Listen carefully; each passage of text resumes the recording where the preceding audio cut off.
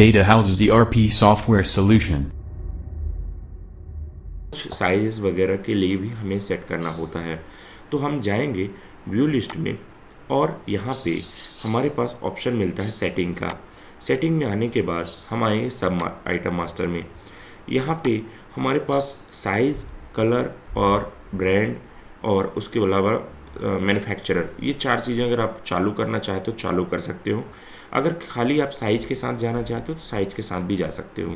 ठीक है, अगर साड़ी वगैरह का कोई बिजनेस है तो वहाँ पे आप साइज़ ना भी बनाओ तो भी चलेगा। ठीक है, तो हम यहाँ पे 4 ऑप्शन ओपन कर लेते हैं। यह फील्ड आपके हाथ में होती है कि आपको कौन कौन से कॉलम चाहिए। तो मैं यहाँ पे साइज़ दे देता हूँ सबसे पहले, साइज़। उसके बाद मैंने दे दिया कलर, अगर मुझे कलर वाइज मेंटेन करना है अपना स्टॉक। इसके बाद मैंने दे दिया डिज़ाइन नंबर, ओके। देन उसके बाद मेकर दे दिया। अब इसका क्या होता है, मेकर या सप्लायर या मेक, है ना, इसका मतलब ये है, या सप्लायर भी लिख सकते हो यहाँ पे। इससे जैसे आपके पास कई बार माल आता है और वह माल किसका है आपको यह पहचानना होता है, तो अब जब हमें वापस करना होता है तो हमें पता ही नहीं चलता कि हमने किसका माल था ये। तो यहाँ पे आप सप्लाई में उस सप्लायर का नाम डाल सकते हो। ठीक है, तो यहाँ पे हम इस तरह से इसको क्लिक करके क्रिएट कर देंगे। ये हमारी फास्ट सेटिंग कंप्लीट हो जाती है। Speed+9 में आइटम कैसे क्रिएट करना है अब मैं इस वीडियो में आपको दिखाने वाला हूँ। अगर गारमेंट की शॉप है और चाहे वो मतलब आप रेडीमेड गारमेंट सेल करते हो, चाहे आप साड़ी सेल करते हो, या भी किसी भी तरह के गारमेंट के प्रोडक्ट हैं, या बच्चों के कपड़े सेल करते हो, तो सभी तरह के इसमें मैनेज किया जा सकता है। आप इसमें साइज़, कलर, आर्टिकल सभी तरह से आप सेट करके देख सकते हो। अगर आपने हमारा सेटिंग कैसे करना है उसके लिए तो वीडियो नहीं देखा तो पिछला वीडियो है, आप जाके देख सकते हैं। अब हम इस पे देखेंगे कि हम आइटम के बारकोड कैसे बनाएंगे, आइटम के नाम कैसे बनाएंगे और उनकी एंट्री कैसे करेंगे। ठीक है, तो आइटम का नाम क्रिएट करने के लिए आपको यहाँ पे आइटम्स में न्यू में जाना है। ठीक है, आप न्यू में जाने के बाद अगर आपने सेटिंग कर रखी है तो देखिए मेंटेन साइज़ का ऑप्शन आएगा आपको। ठीक है, अब यहाँ पे हम आइटम पे नाम में जाएंगे। मान लीजिए मेरे पास एक है प्लेन शर्ट। ठीक है, प्लेन शर्ट, और इसका मैं अगर ये फुल है तो मैंने फुल लिख देता हूँ और हाफ है तो हाफ लिख देता हूँ। ठीक है, यहाँ पे फुल के लिए मैं F का यूज कर लेता हूँ। यहाँ पे आप शॉर्ट नेम डाल दोगे। जैसे मान लीजिए मैं चाहता हूँ कि मैं शर्ट प्लेन हाफ शर्ट लिखूँ या फुल शर्ट लिखूँ तो आ जाए, तो शर्ट फुल लिख दिया मैंने। इसके अलावा HSN वगैरह है अगर आपको तो डाल देना, नहीं तो छोड़ देना है। यहाँ पे 5% का ही टैक्स सेलेक्ट कर लेंगे। कंपनी ग्रुप अगर डालना है तो ग्रुप में आप जैसे चाहते हो कि स्टॉक मेरा ऐसा दिखे कि मतलब शर्ट का कितना स्टॉक है, पैंट का कितना स्टॉक है, या किड्स जोन में कितना स्टॉक पड़ा है, तो सभी स्टॉक अगर अलग अलग दिखे तो आप यहाँ आइटम की ग्रुपिंग कर लीजिए, जिससे आपको स्टॉक का जो फिल्टर लगाने में ईजी हो जाता है। मैं यहाँ पे शर्ट ग्रुप दे देता हूँ, मतलब मैं शर्ट ग्रुप के अंदर अपना आइटम जोड़ रहा हूँ। ठीक है, हमने यहाँ पे शर्ट ग्रुप बना दिया। इसको बनाने के लिए मैंने सिंपल प्लस के निशान पे क्लिक किया और ये बन गया। यहाँ पे हम इसको पीस दे देंगे। अगर बाकी की चीज़ें जैसे इसमें लिखी हैं उनको हटा भी सकते हो आप। मेंटेन साइज़ में टिक कर देना है। अब यहाँ पे मेंटेन साइज़ में आपसे पूछता है कि भाई पहला साइज़ क्या है इसका, तो मैंने ले लिया S।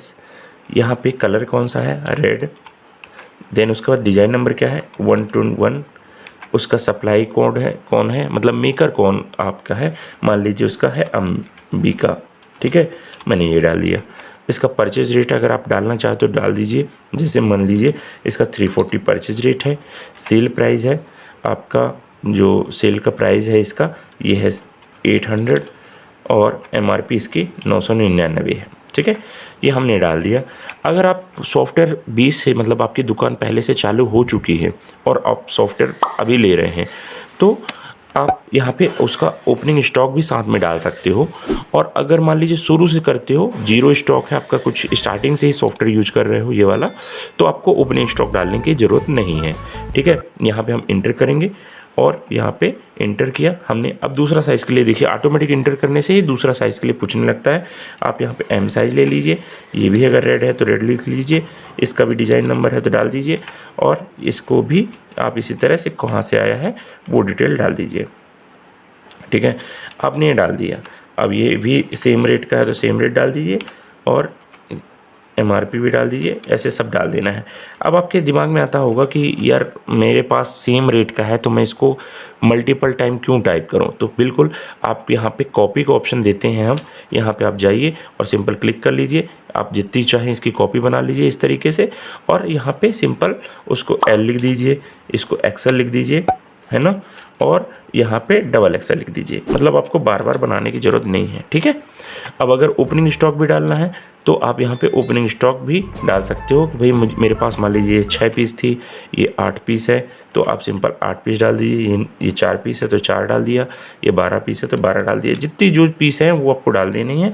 ये सॉफ्टवेयर ऑटोमेटिक अपना स्टॉक ले लेगा और सेल करेंगे तो सेल ले लेगा। यहाँ पे अगर आइटम के आप पिक अटैच करना चाहते हो तो आइटम की पिक भी आप डबल क्लिक करके और आइटम की पिक जोड़ सकते हो। जैसे मेरे पास मान लीजिए कोई पिक है डेस्कटॉप पे, तो वो मैं जोड़ के आपको दिखाता हूँ, ठीक है। मान लीजिए ये कपड़े की कोई पिक है तो ये मैंने ले लिया और ओपन कर लिया, ठीक है। तो इस तरीके से आपका आइटम का पिक ऐड हो जाएगा और सिंपल इसको सेव कर देना है, ठीक है।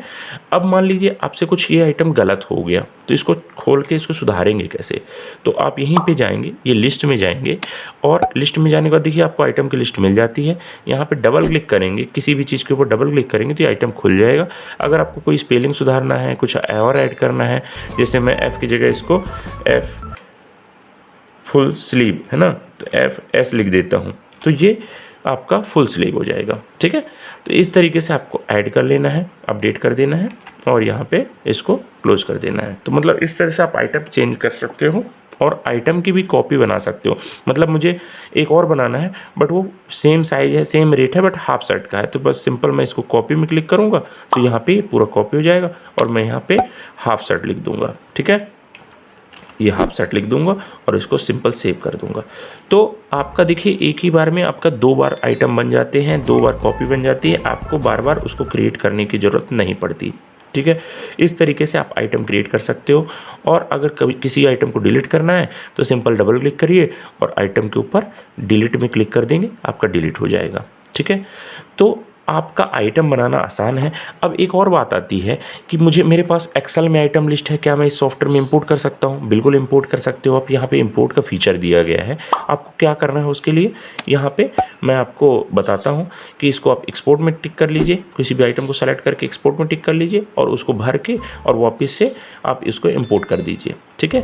इंपोर्ट करने का मैं एक सेपरेट वीडियो भी दे दूँगा और उसका लिंक भी नीचे दे दूँगा। तो आप यहाँ पे इंपोर्ट कर लोगे, उस फाइल को पकड़ के इंपोर्ट कर लेना तो आपका इंपोर्ट हो जाएगा, ठीक है।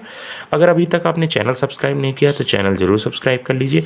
मैं आपको हर तरह के बिजनेस के लिए सॉफ्टवेयर लेके आता हूँ और उन सॉफ्टवेयर की कंप्लीट ट्रेनिंग भी देते हैं और फ्री ऑफ कॉस्ट देते हैं। आपको सॉफ्टवेयर इंस्टॉलेशन का जो प्राइस होता है, जो सॉफ्टवेयर होता है, वो तो आपको पे करना होता है, बट ट्रेनिंग बिल्कुल फ्री है। आप इस चैनल को सब्सक्राइब कर लीजिए।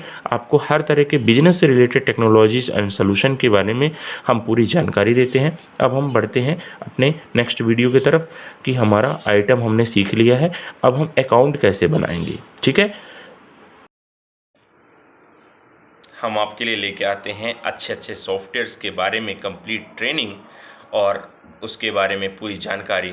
तो हाथ जोड़ के निवेदन है, सब्सक्राइब कर दीजिए, पैसे थोड़ी ना लगते हैं, एक बार सब्सक्राइब कर दीजिए।